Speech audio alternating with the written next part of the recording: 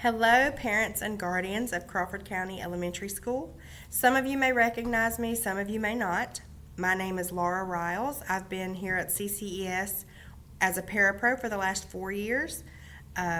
This year I am completing my degree in elementary education, and hopefully I will continue working at Crawford County after this. I'm still not sure, but that is my intention. A couple of weeks ago, I sent home a parent survey asking what your concerns were about your child for this year at CCES. Something you may not know is that I also sent out a survey to the teachers here at Crawford County and asked their concerns for their students for this year. One of the things that I found that parents and teachers had in common was concern about student growth this year. Parents are concerned about their students catching up where they need to, being able to excel in the subjects that they're struggling with. And I want you to know that this was also a big concern for the teachers. And I thought it was very interesting that you both had the same things on your mind. And the teachers realize that we are making up for lost time now. We are having to really crunch and get these kids to where they need to be because they've missed so much instruction over the last couple of years due to being out with illnesses, before that being out for those few months at the end of the year a couple of years ago. We understand that it is important that your children reach the maximum amount of growth that they can in the next few years. And one of the things that I went over in my presentation to the teachers was the strategies that teachers can use to build the most growth from their students. And you won't be surprised to know that the thing that affects growth the most in students is student-teacher relationships. And that it can phenomenally boost the amount of growth that children see in a year. In fact, if 1 year's growth is the norm, having a good student-teacher relationship can double that. 2 years worth of growth in 1 year if your student enjoys their teacher, enjoys being in their class, and likes coming to school and learning about that. And if they like their teacher, they usually do. I want you to know that the teachers here, I have seen them in action. They are building these relationships. They are building these bonds. They are working so hard to get to know your kids. Especially the teachers who are new this year, new back into the elementary school, they are working so hard to build these relationships with your students because they know that that is how they get your kids to grow the most.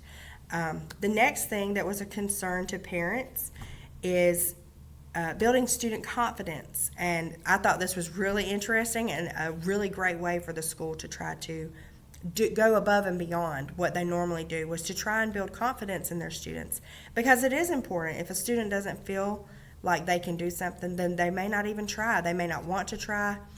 And it's very important to make sure that our students feel confident enough in themselves to try to do new things. So one of the things that I went over in the teacher presentation was some activities that they could do in their own classrooms to help their students build confidence. One of the activities that I mentioned, we already have a 4th grade teacher who is doing it, is words of affirmation. And in the mornings, she has her students come in and they pull a little slip of paper out of a jar, and on that slip of paper is their words of affirmation for the day. So a few days ago, I was like, can I pull one? So I pulled a little slip of paper out of the jar, and my affirmation was, it's okay to forgive yourself when you make mistakes. And I thought, well, this is just great, because, even for a grown-up, that was right on time. That was just what I needed to hear that day was, it's okay. It's okay to make mistakes. And I think that that is a wonderful way to build confidence and to help children understand what self-love is, because they need that. To build confidence, they need to be able to love themselves and be happy even when they make mistakes, because people make mistakes. Another activity was a self-portrait of a student, and it was based on a family activity, but you could use it in a classroom as well, where you have a sheet of paper with a student's portrait on it, or the student can draw their own picture on it, and then you pass it around the room, and everybody in that room, when they get the picture, has to say something positive about that person, building up their confidence, letting them know that they look good today, or that they did a great job on their test, that they really like the way this person sits in their desk quietly, or they like the way that they help their friends when they need it. This is another great way to build confidence in our students, and it was one of the things that I suggested in the teacher presentation that I gave. So I hope that they will utilize that as well. Another thing that I wanted to mention to parents really quickly before I let you guys go was the power of modeling at home.